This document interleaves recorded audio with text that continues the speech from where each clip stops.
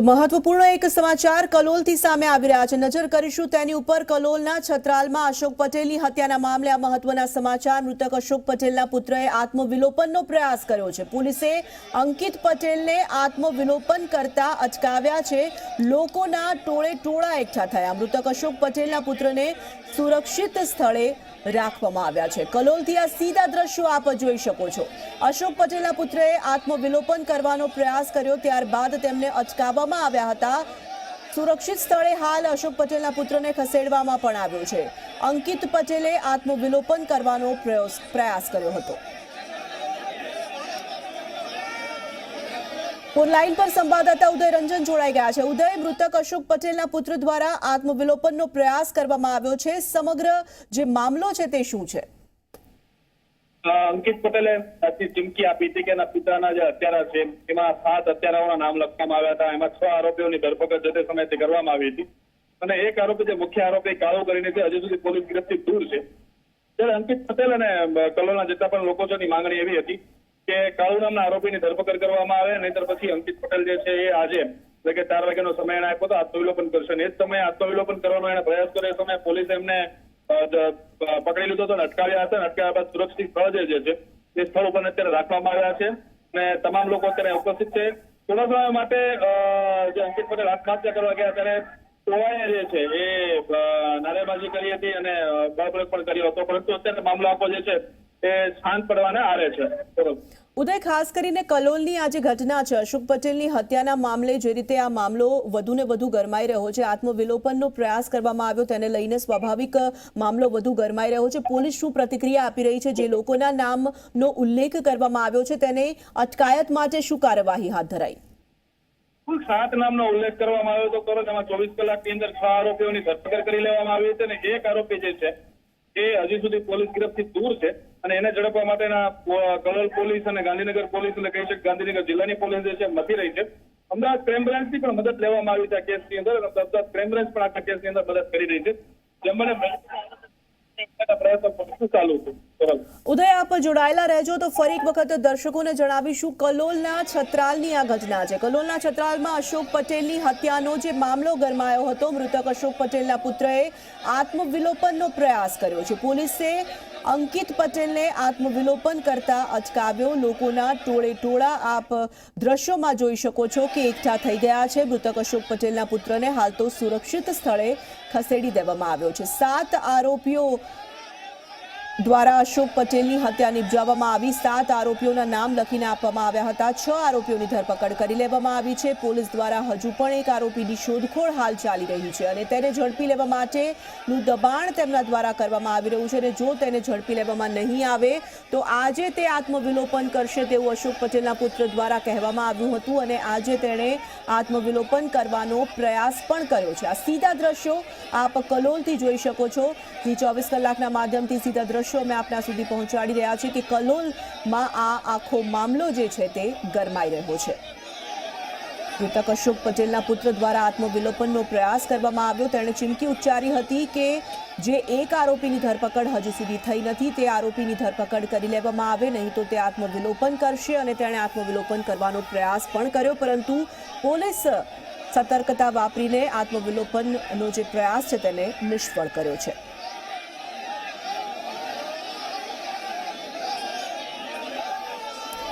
તો ઉદય રંજન અમારા સંવાદદાતા જોડાયા છે કલોલથી આ સમગ્ર મામલે વાત કરવા માટે। ઉદય, જે રીતે આ સમગ્ર મામલો સામે આવી રહ્યો છે, જે દ્રશ્યો સામે આવી રહ્યા છે, લોકોના ટોળે ટોળા ઉમટી રહ્યા છે, પોલીસે હવે આ તમામ લોકોને શાંત પાડવા માટે બળ પ્રયોગ કરવો પડે તેવું લાગી રહ્યું છે। ના, ચોક્કસથી કોઈ પણ પ્રકારના બળ પ્રયોગની જરૂરિયાત નથી। તો આ દ્રશ્ય જોઈ શકો છો કે અહીંયા લોકો જે છે એ અત્યારે બેઠેલા છે અને જે આત્મહત્યા કરવા માટે નીકળેલા અંકિત પટેલ જે છે એને રોકવામાં આવ્યા હતા અને પોલીસ એને સુરક્ષિત સ્થળે પણ રાખેલા હતા। આપ જોઈ શકો છો કે બેનરો સાથે તમામ લોકો અત્યારે અહીંયા આવી ચૂક્યા છે અને જેની અંદર લખેલું છે કલોલ તાલુકાના છત્રાલ ગામના યુવાન અશોકભાઈ રણછોડભાઈ પટેલનું અસામાજિક દ્વારા જે હત્યા કરવામાં આવી છે તે આરોપીઓને ઝડપથી ઝડપ પકડવામાં આવે અને એને કાયદાકીય પર કાર્યવાહી કરવામાં આવે। બીજા તરફના દ્રશ્યો દેખાડવા માટેનો પ્રયત્ન કરીશ કે પોલીસ જે છે અત્યારે અહીંયા તૈનાત કરી દેવામાં આવી છે। આ જે ઘર છે કે આ રૂમ જે છે હોસ્પિટલનો રૂમ છે, આ રૂમની અંદર જ તે અત્યારે અંકિત પટેલે રાખવામાં આવ્યા છે. અંકિત પટેલ તમામ લોકો સાથે અહીંયા અત્યારે બેઠેલા હતા અને જે પ્રમાણે એમણે સમય આપ્યો હતો 4 વાગ્યા સુધીનો, આ 4 વાગ્યાનું અલ્ટિમેટમ પૂરું થતાની સાથે તે ટોળામાંથી એટલે કે જે જગ્યા ઉપર બેઠા હતા અંકિત પટેલ ત્યાંથી ઊભા થઈ અને આત્મહત્યા કરવાનો પ્રયત્ન કર્યો હતો, પરંતુ પોલીસ અહીંયા હાજર હતી એટલે પોલીસ એને રોકી લીધા હતા અને રોક્યા બાદ સુરક્ષિત જગ્યાએ એને રાખવામાં આવ્યા છે. અત્યારે અન્ય જે લોકો અહીંયા હાજર છે એમની સાથે અંકિત પટેલે વાત પણ કરી છે અને પોલીસે પણ આ ઘટનાને લઈને આખી બાંહેધરી આપી છે કે જેમ બને વહેલી તકે તમામ લોકોને જે એક આરોપી અત્યારે ફરાર છે એને પણ જેમ બને વહેલી તકે ધરપકડ કરવામાં આવશે અને એને કાયદાનું ભાન કરવામાં આવશે. પરંતુ જે પ્રમાણે આરોપીની શોધખોળ ચાલી રહી છે છેલ્લા ઘણા સમયથી, પરંતુ હજી સુધી નથી મળી શક્યો, એને લઈને પોલીસે અલગ અલગ ટીમો પણ બનાવી છે. કલોલ પોલીસ, ગાંધીનગર જિલ્લાની પોલીસ અને અમદાવાદ ક્રાઇમ બ્રાન્ચની પણ મદદ જે છે એ થોડા સમય પહેલા લીધી છે. કલોલ જિલ્લાના જે એક અધિકારી છે એ અત્યારે અમદાવાદ ક્રાઇમ બ્રાન્ચ ખાતે પહોંચી ગયા છે અને જે અમદાવાદની અંદર સંભવિત સ્થાનો જે છે એ સ્થાનો ઉપર આરોપીને લઈને અત્યારે શોધખોળ શરૂ કરી દીધી છે. તોરલ, તો આખો આ માહોલ જે છે એ આપ જોઈ શકો છો અત્યારે કે તમામ લોકો કલોલના જે છે અહીંયા ઉપસ્થિત છે અને અત્યારે માહોલ જે છે આખો શાંત થઈ ગયો છે અને પોલીસનો પણ ખૂબ જ મોટો બંદોબસ્ત અહીંયા હાજર છે અત્યારે. બિલકુલ ઉદય, આપની પાસેથી એ પણ જાણવા માંગીશું કે અશોક પટેલની હત્યા બાદનો જે આખો માહોલ કલોલમાં જોવામાં આવ્યો હતો, 2 જૂથ સામે આવી ગયા છે અને ભારેલા અગ્નિ જેવી સ્થિતિ કલોલમાં જોવા મળી રહી છે. ક્યારેક બંધ આપવામાં આવી રહ્યો છે, આજે આત્મવિલોપનનો પ્રયાસ કરવામાં આવ્યો. પોલીસ દ્વારા શું કહેવામાં આવી રહ્યું છે? જે એક આરોપી હજી પોલીસ પકડથી દૂર છે તેને ક્યાં સુધીમાં ઝડપી પાડી શકાય છે?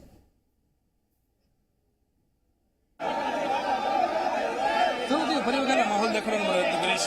જ્યારે અશોક પટેલની 3-4 દિવસ પહેલા જે હત્યા થઈ એ છત્રાલ 4 રસ્તા ઉપર હાજર હતા. એ સમય દરમિયાન 6 થી 7 લોકોએ આવી એના ઉપર હુમલો કર્યો, જીવલેણ, અને હુમલા દરમિયાન એમનું મોત નીપજ્યું હતું. આ સહિત અન્ય એક વ્યક્તિને પણ ઈજા થઈ હતી. આ આરોપીઓના જે 7 આરોપીઓના નામ પોલીસ ચોપડે નોંધવામાં આવ્યા છે. 6 આરોપીઓની 24 કલાકની અંદર ધરપકડ થઈ ચૂકી છે, કારણ કે માહોલ જે છે આખો ગરમાઈ ગયો હતો અને ગંભીર માહોલ થઈ ગયો હતો. 2 જૂથ જે એ આમને સામને આવી ગયા હતા અને અવારનવાર જે છે આ બંને જૂથો આમને સામને આવી જતા હોય છે.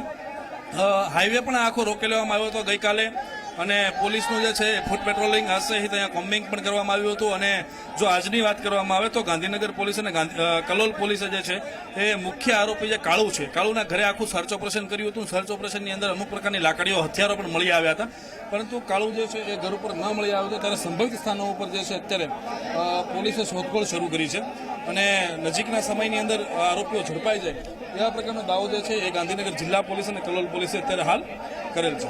તોરલ, આભાર ઉદય તમામ જાણકારી માટે. તો અમારા સંવાદદાતા કલોલ ખાતે હાલ ઉપસ્થિત છે ઉદયરંજન જણાવી રહ્યા હતા કે હાલ તો પરિસ્થિતિ જે છે તે થાળે પડી ગઈ છે. લોકોના ટોળા ઉમટ્યા હતા, પરંતુ અશોક પટેલના પુત્રએ જે આત્મવિલોપનનો પ્રયાસ કર્યો હતો તેને હાલ તો અટકાવી દેવામાં આવ્યો છે.